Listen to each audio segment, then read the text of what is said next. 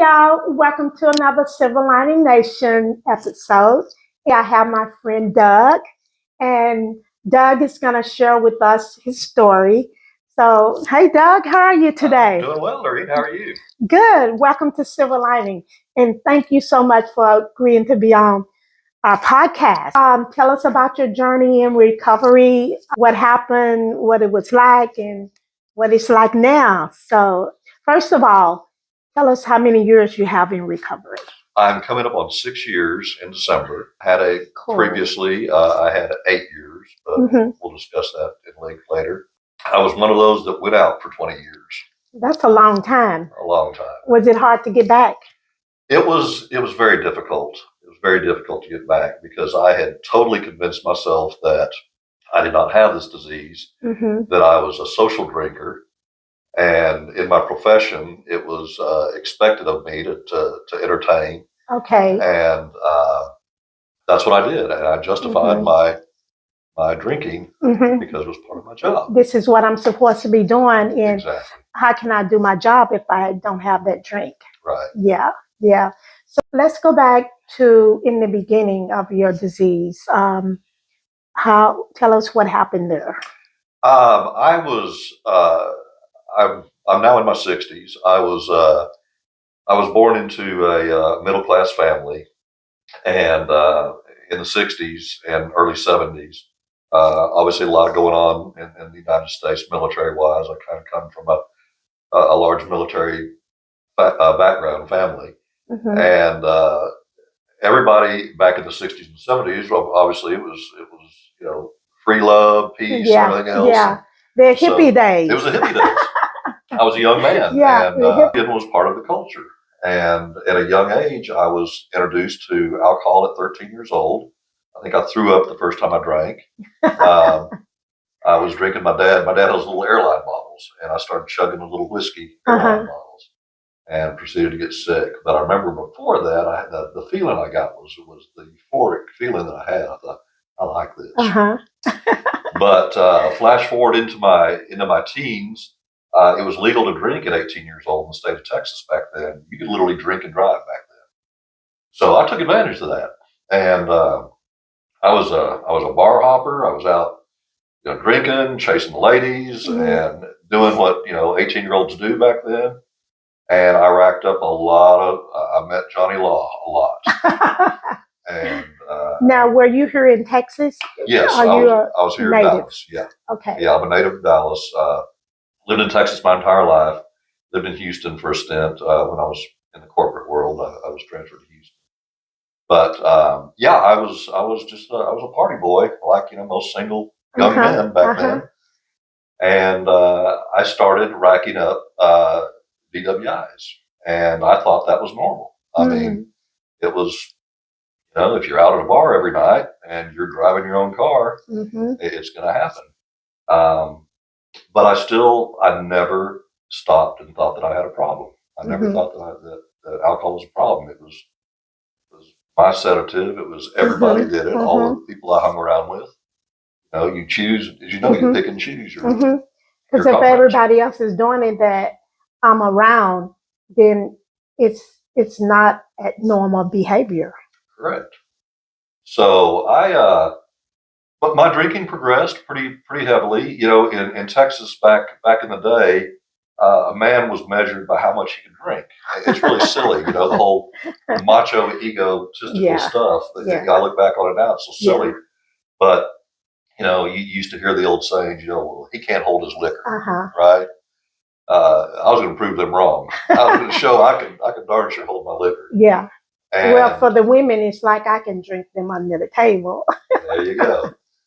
So, it's funny that when you look back, when you get into sobriety and you look back at things and you realize that the disease has you so convinced of certain aspects of social drinking that, again, I thought that it was all perfectly normal. Yeah. So, I was ordered by the state of Texas eventually to a step program, and that was my first shot at recovery. Yeah. I didn't want to be there. I was ordered to be there. So 5 years of very hard probation, I had to go, and I stuck around for an additional 3 years. The whole time probably knowing that I was going to drink. Mhm.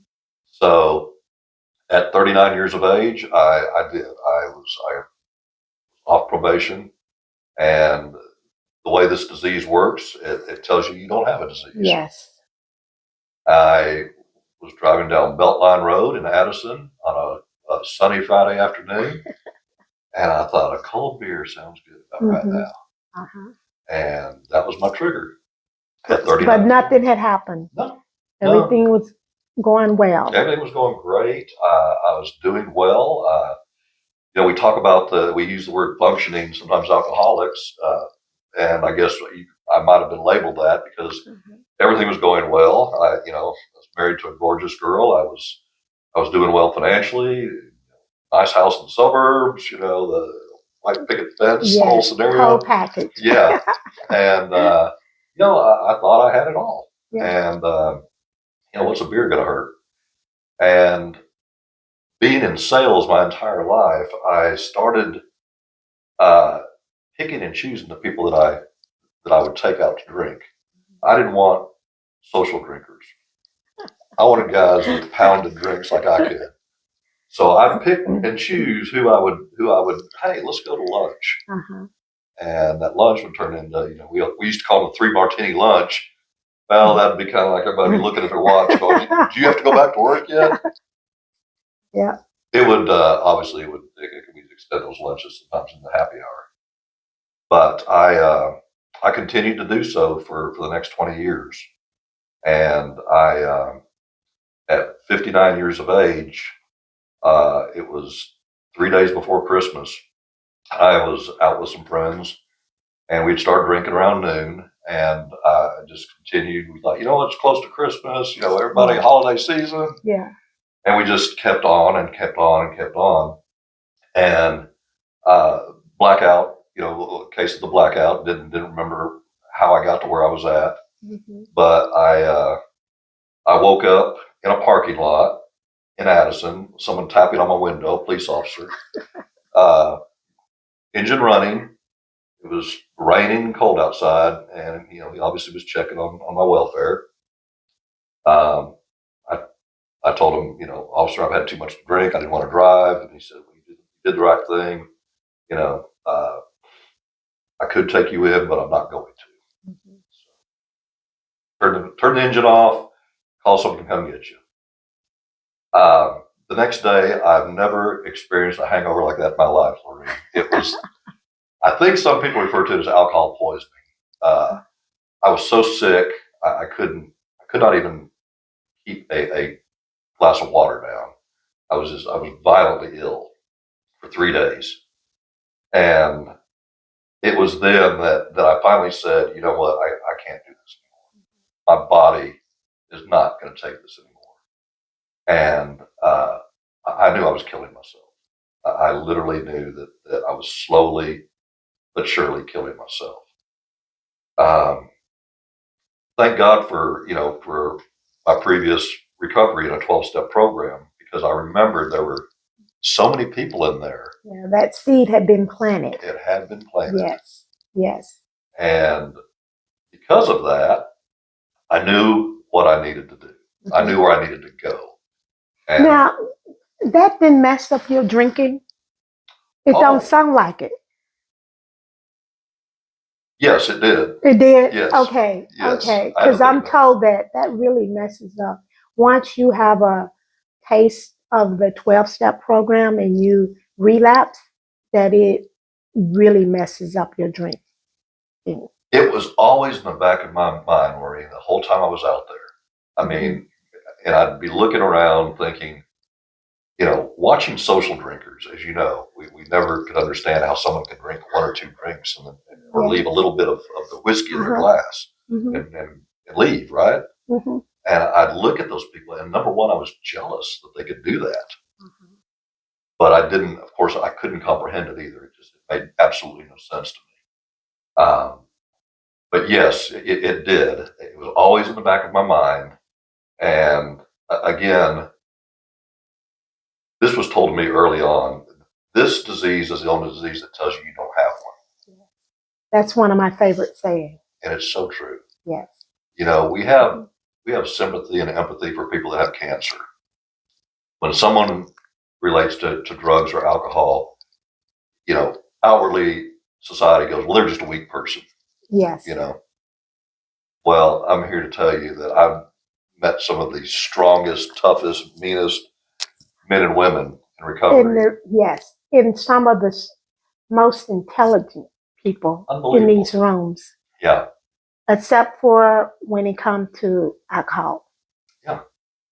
And that used to be, you know, such a conundrum to me to be, how can we be, you have all these people that are, you know, successful, let's say in their professional lives. How can they, you know, how can they be so successful and not put the plug in the jug or, you know, whatever their addiction is? I could not understand that even of myself. And it was finally explained to me that, you know, you have a disease. Mm-hmm. And I was like, oh, willpower, right? Uh-huh. I should be able to do this. Well, obviously not, uh-huh. You know. So through the help of some you and I had discussed this earlier. We know some mutual guys that were in here for many, many years. That because of my age, I kind of was attracted to these guys who were, you know, in my age group. So when they spoke, I'd really listen. Uh-huh. And I was lucky enough to really have a great guy that led me through this thing. Yeah. Unfortunately, he passed away a few years ago. But you know, and I like saying their names. I say it a lot on Silver Lining because I don't want to forget those guys. So I do mention Keith. I mean, we both share Keith. And we have Keith in common, y'all. That was Doug's sponsor, and he was like a spiritual advisor to me. So I like to keep him alive by saying his name. So, yeah. Yeah, just really good guys. Mm-hmm. And Keith used to say something to me that I loved. It was I was probably maybe a couple of years into sobriety, and I was complaining about something. Who knows what it was? You know, Keith would have that look, if you remember. He could just sometimes not even say a word. He could just give you this look. Mm-hmm. It was kind of like the dad look. Like really? Mm-hmm. You know? But I remember he was saying, "You've been given a gift. You've been given a gift." I never thought of it this way. He said, "In order to keep this gift, you've got to give it away. If you don't do that, you're gonna drink again." It made no sense to me at the time what he was saying. I was which obviously goes into our 12-step work. Yes. But yes. Yeah, I've been very blessed, and I've met the likes of you and people that have just been so. There are no stupid questions in recovery. Mm-hmm. That's one thing I've learned. I used to be so ashamed to come in here, and sometimes I'd be afraid to ask or, you know, or even mention something. Because you don't want to seem like you're not smart. No, you're going to be judged. Heaven forbid that we're judged, right? Yes. And nobody does that. You know, if they do, you don't see it. No. You know, I could say whatever's on my mind in these rooms, and the help that I receive is overwhelming. It's something that if you're not part of it, it's almost hard to explain. Mm-hmm. There's no socioeconomic in our program. Everybody is we look at everybody the same. Whether you've got 5 days or 50 years, mm-hmm. Everybody has something to contribute in this program.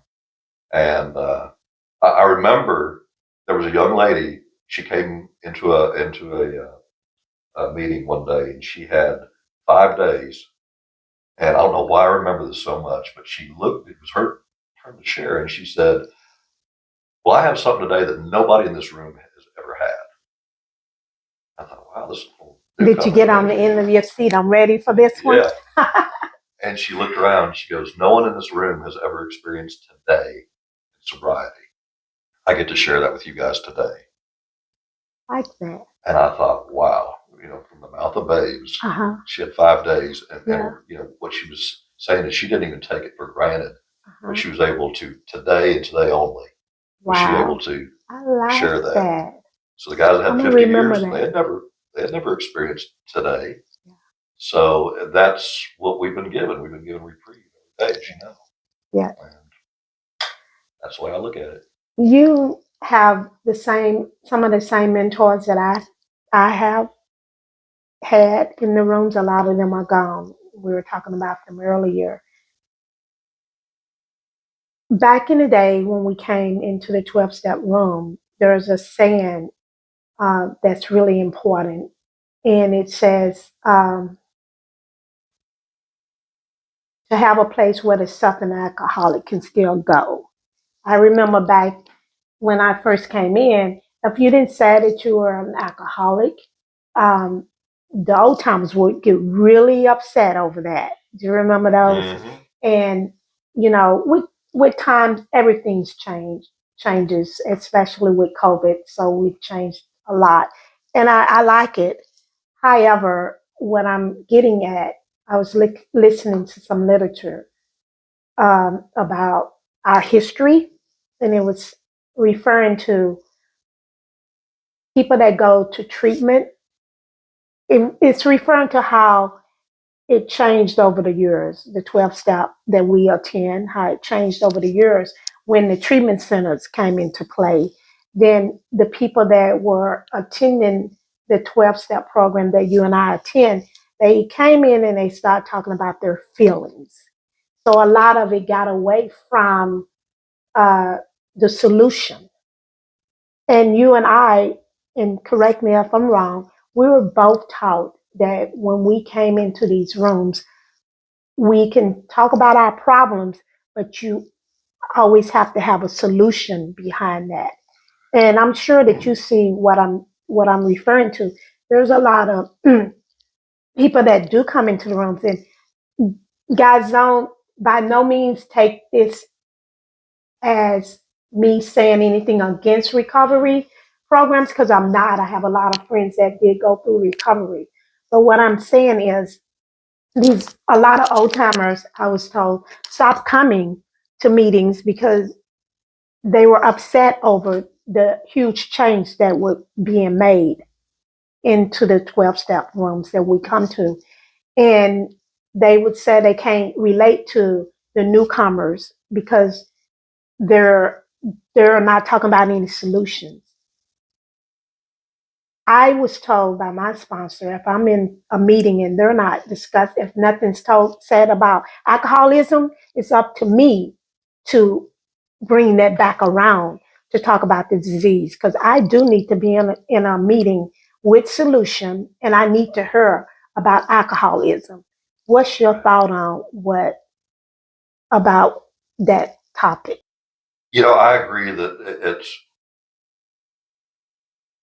I want to be correct and use diplomacy when I say this, because I admire so many people in this program. Mm-hmm. I was told early on from someone that had a lot of sobriety that I respected that there's a lot of sick people that come Mm-hmm. into the program, and to always remember that. Yes. Mm-hmm. Some are sicker than others. I agree with that. So one thing that he always told me, he said, take what you can from that meeting. Mm-hmm. Any negative thoughts, any negative things that you may not agree with, you and I can discuss later. Okay. It doesn't have to be brought out right mm-hmm. then. I like that. But it's also, and this is what really, when you were just saying that, it hit me. I could almost hear him saying this. He said, remember that we're all here to get well. Mm-hmm. Bottom line, mm-hmm. right? Mm-hmm. Yes. And this is an ongoing thing. Mm-hmm. And one thing that, and I'm going to steal a Lorraine line here that you taught me a long time ago, was I don't ever want to think that I've got this, that I am the teacher. Mm-hmm. This is something that Lorraine shared with me. I always want to be the pupil. Mm-hmm. I always want to be that sponge that never thinks I know it all. Mm-hmm. Because that can get us in trouble, as you know. Yes. And I think I think we're blessed. And I'm speaking when I say we, I'm doing that real lightly because, we're only supposed to talk about ourselves. But as a whole, I think we're blessed to see the changes that's happening in the rooms. However, I do want, to the best of my ability, to hold on to some of the I guess call you the old ways, Mhm.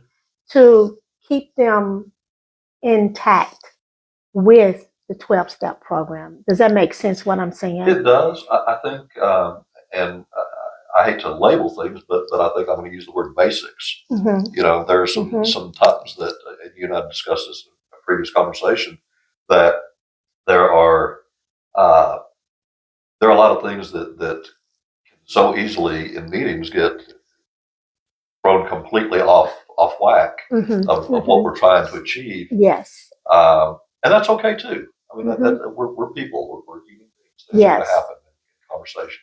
Mm-hmm. But in trying to bring, like you said, try to bring let's bring the solution. Yes. Let's quit talking about, we know what the problem is, right? Yes. You get us sober, then we become all knowledgeable. We know everything. So that's why we're a group of people that nobody governs within that organization, which is really good because we wouldn't make it. No. I don't think this program would have long been over. Oh, well, yeah. Yeah. You see a lot of people when you get to know people in 12-step programs. You see a lot of entrepreneurs, yes. A lot of self-employed people. Yes. Because we think we know the best. And we get our own companies because we can't fire ourselves. That's right. Yes, know all about that. Yes. Lord Johnson used to say, everything that you need is in the rooms of the 12-step program. And I found that to be true. I said it a lot on my podcast too, because sometimes I look outside and I run myself crazy. And then it's like someone will come up and that's exactly what I needed. Right. They have that tool that I've been looking for, but I'm looking outside of, my community right here. That's it. And that's one of the blessings that I think I get in these rooms, because I know that all I have to do is ask for help and it's there. It's there. Yeah. And that's amazing.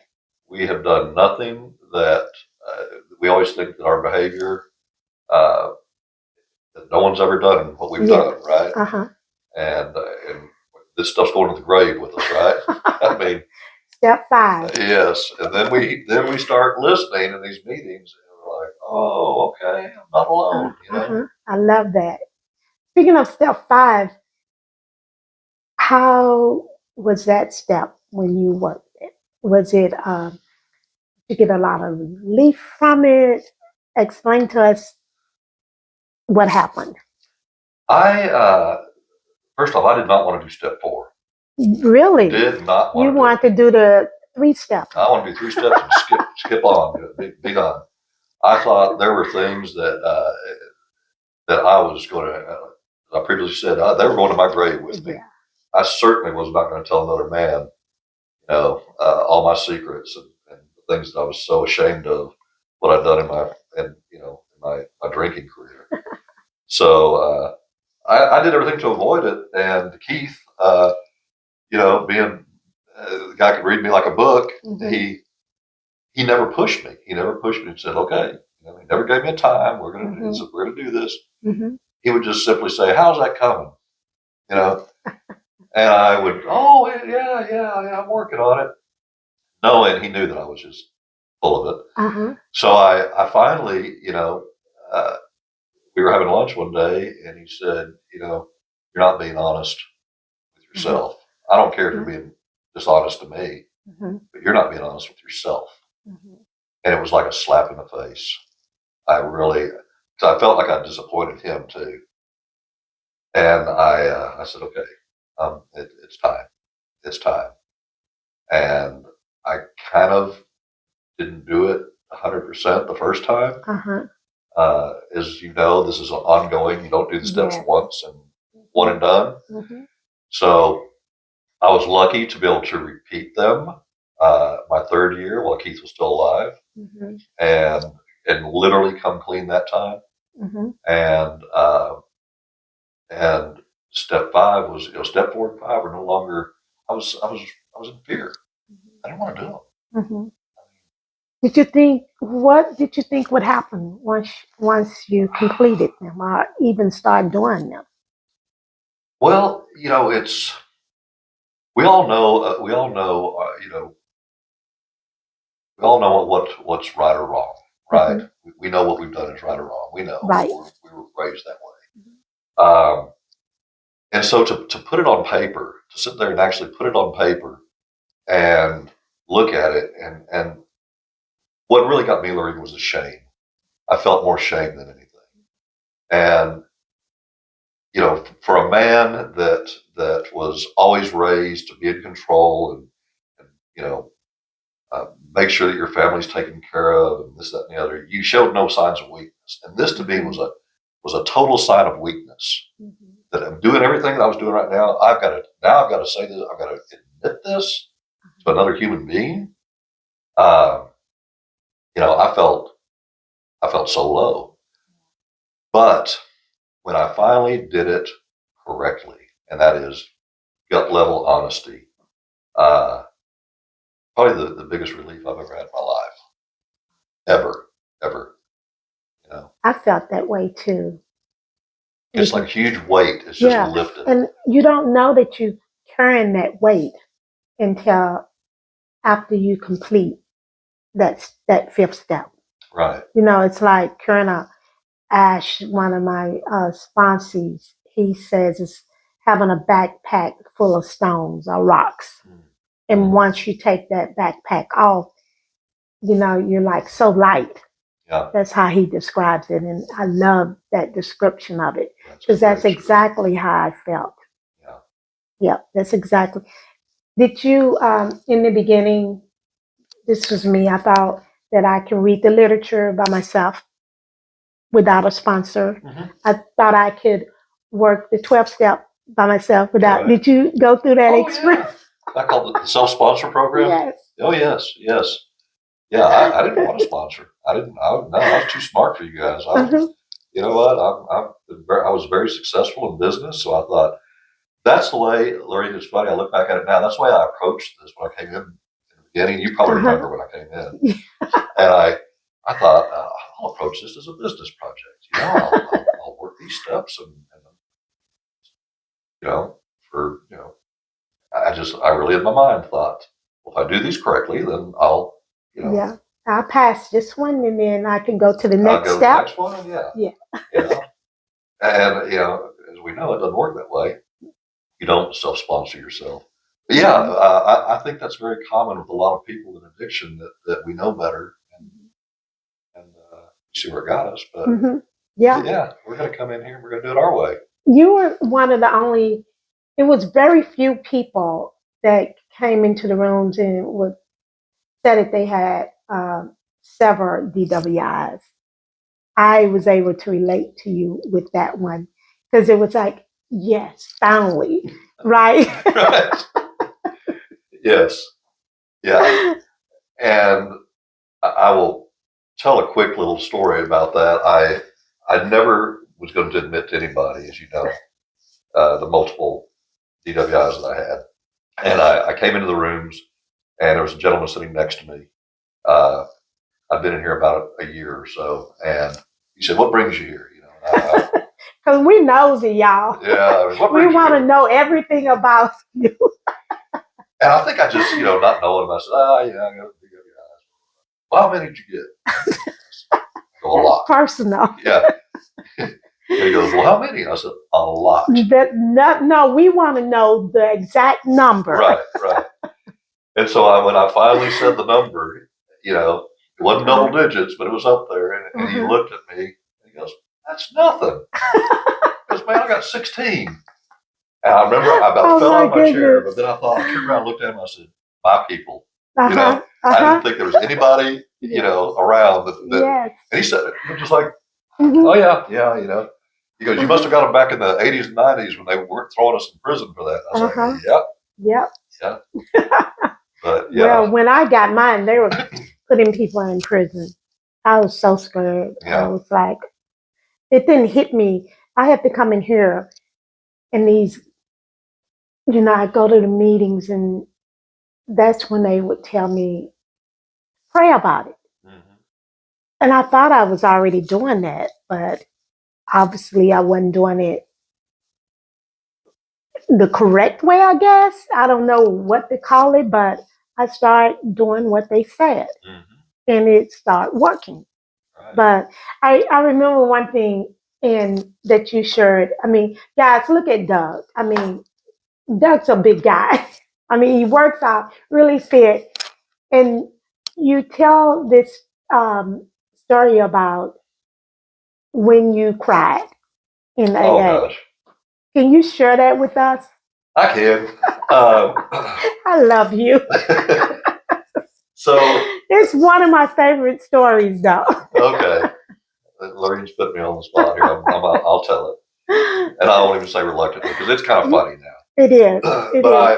So when I decided to come back into the program, the 12-step program, I drove around for 3 days in the parking lot, looking at the door of this place and going, yep, it's still there. And I kept driving.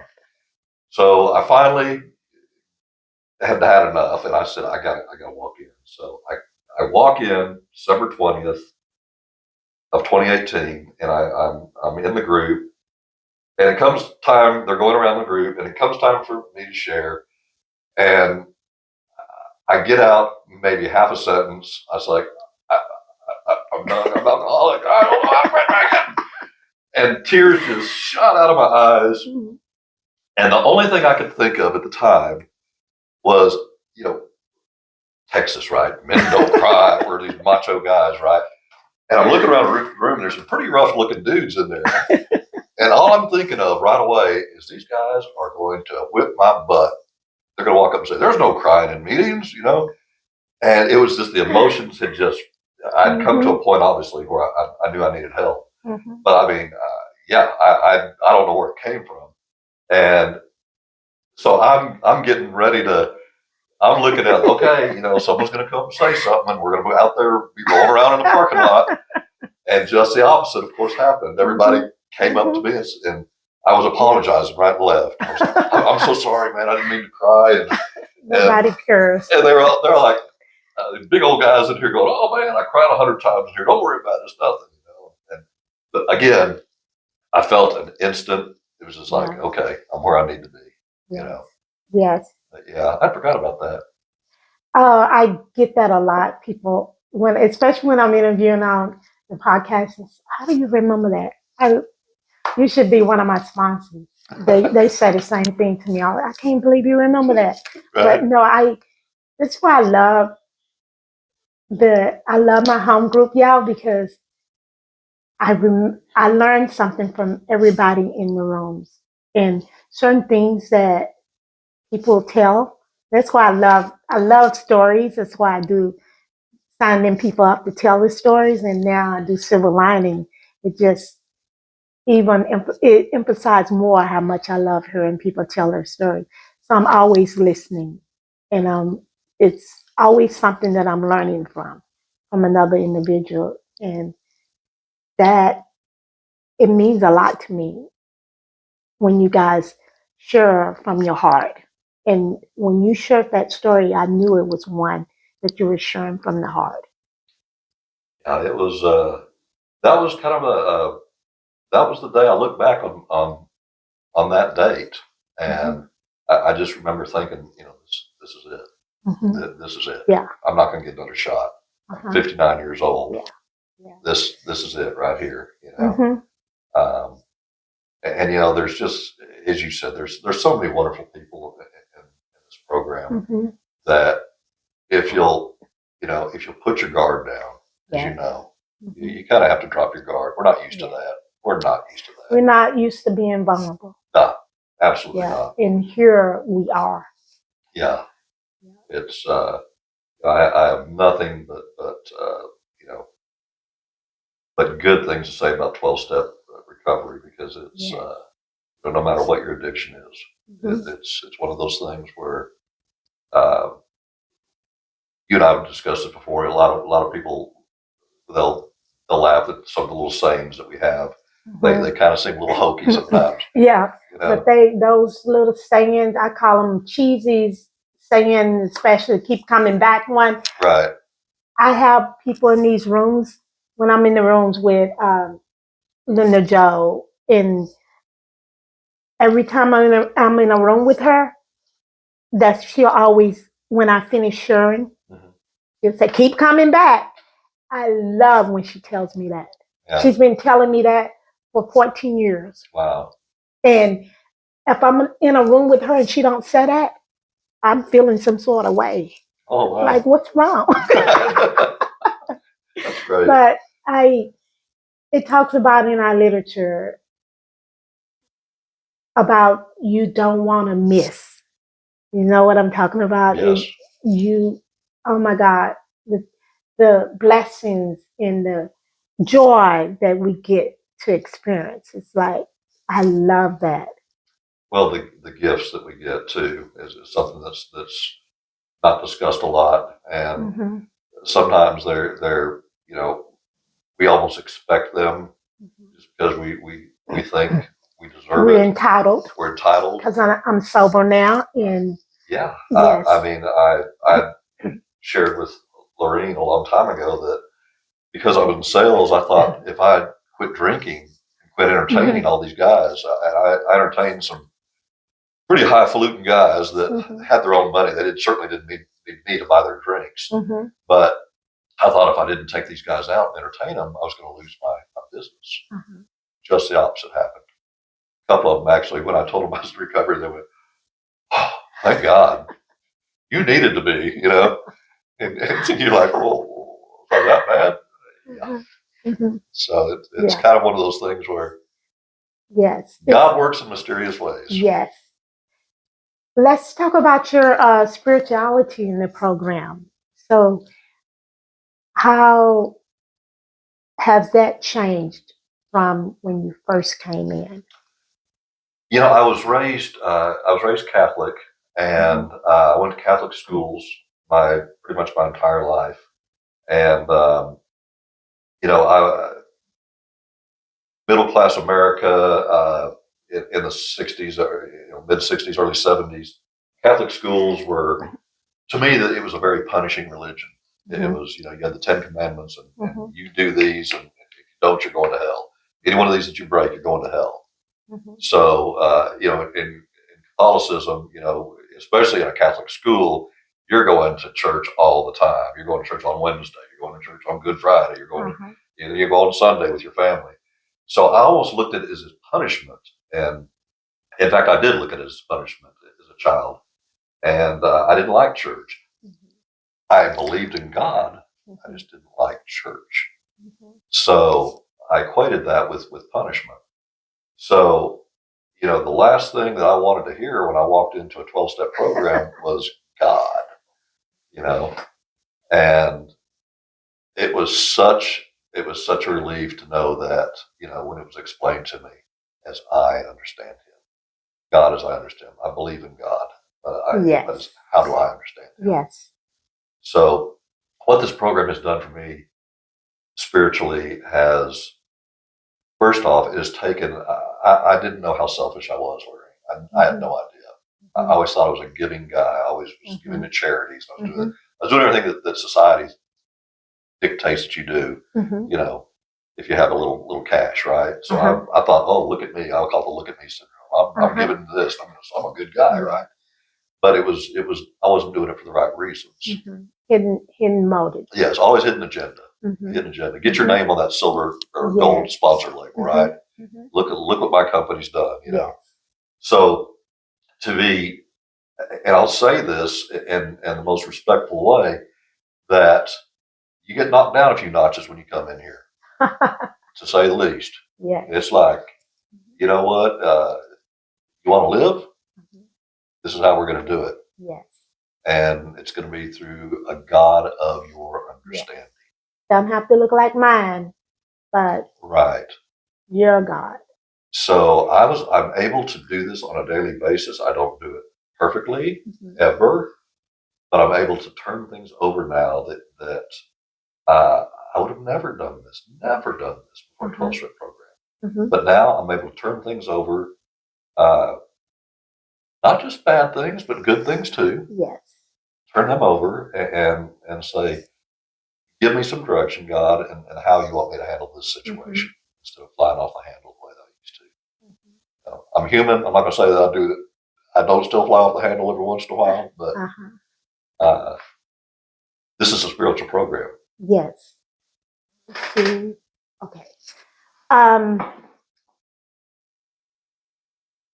Like one more incident that I remember that you mentioned recently that I think would help the viewers. Sometimes we can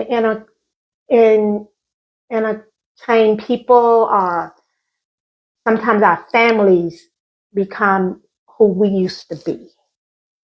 You mentioned not too long ago you had a family member that was going through something, and you didn't know how to handle this family member because it was someone that really was close to you. And the reason I'm bringing this up, Doug, is because I want the viewers to know, we go through our family members and they have this disease, and sometimes we don't know what to do because we know exactly what they're going through and that they're sick individuals. But because we're so close to them and they can pull at our heartstrings, and we want to help them, but because we have program behind us too, we know better. So are you comfortable with discussing an incident that you had with one of your family members who was going through something similar to like what you and I've gone through with this disease, and how you handle it? Sure. Yes, I do have a family member that is in the throes of addiction, and literally had everything in the world, everything. And his addiction has caused him to literally lose everything. His family, his well-paying corporate job, wife, kid, I mean, just everything, literally. And I got pulled into the addiction cycle of a family member by paying a lot of his, I probably was paying for a lot of his drugs, not knowing it, being told that it was for attorney fees. Yeah, other people have done it for us. Right. So, I am, as I know now, I was enabling him. But he was, he was such a good little con man. He was just he's a good looking guy, articulate, sell ice cubes to an Eskimo, just one of those kind of guys. And so I'd feel bad, and I'd bail him out of jail. And it was finally brought to my attention not long ago from somebody here in the program that they heard me. I was complaining about it actually, and saying, I don't know what to do. I literally don't know what to do anymore. We know how this story's going to end if he doesn't get help. And someone took me under their wing that had gone through the exact same thing. Ralph, that I mentioned Ralph. That Ralph's got a lot. His experience with me was a very similar experience, and he said, "Stop, stop right now. Completely, you're enabling him. He's got to hit his bottom, and you're not letting him." So, and it wasn't just me; it was other family members too that were in this situation. And that's the kind of help we get in these rooms, right? And sometimes it's God's got a funny sense of humor. We meet, like we hurt others, we meet other people once we sober up, and we see the damage we cause to the people that we hurt. Does that make sense what I'm saying? Oh, not even aware that we're doing it. Yeah, and like he's not aware. We wasn't aware, but once we got sober, then I mean it all hits you. Oh, And for me, if I didn't have a 12-step program to work, guys, what do I do with all that hurt and pain? right. And that's where the 12 steps come in. I needed to have something so I could address that pain and shame and the things that we're talking about, the damage that we caused when we were in our disease. And that's what the 12 step does. So guys, we're going to wrap it up. And Doug, thank you so much. And thank you for being on Silver Lining. Well, thank you for having I've been me. waiting for you. Yes. Well, I'm going to plug Lorena Silver Lining here because she won't do it herself. She is a wonderful person, and what she does is from her heart, and I'm proud to be a part of. I'm proud that she actually asked me to be a part of this. So thank you. Keep watching Silver Lining. Well, guys, once again, thank you for being a part of Silver Lining Nation. And if nobody tells you that they love you, heard from us here at Silver Lining Nation, we love you. Take care, guys, and we'll talk to you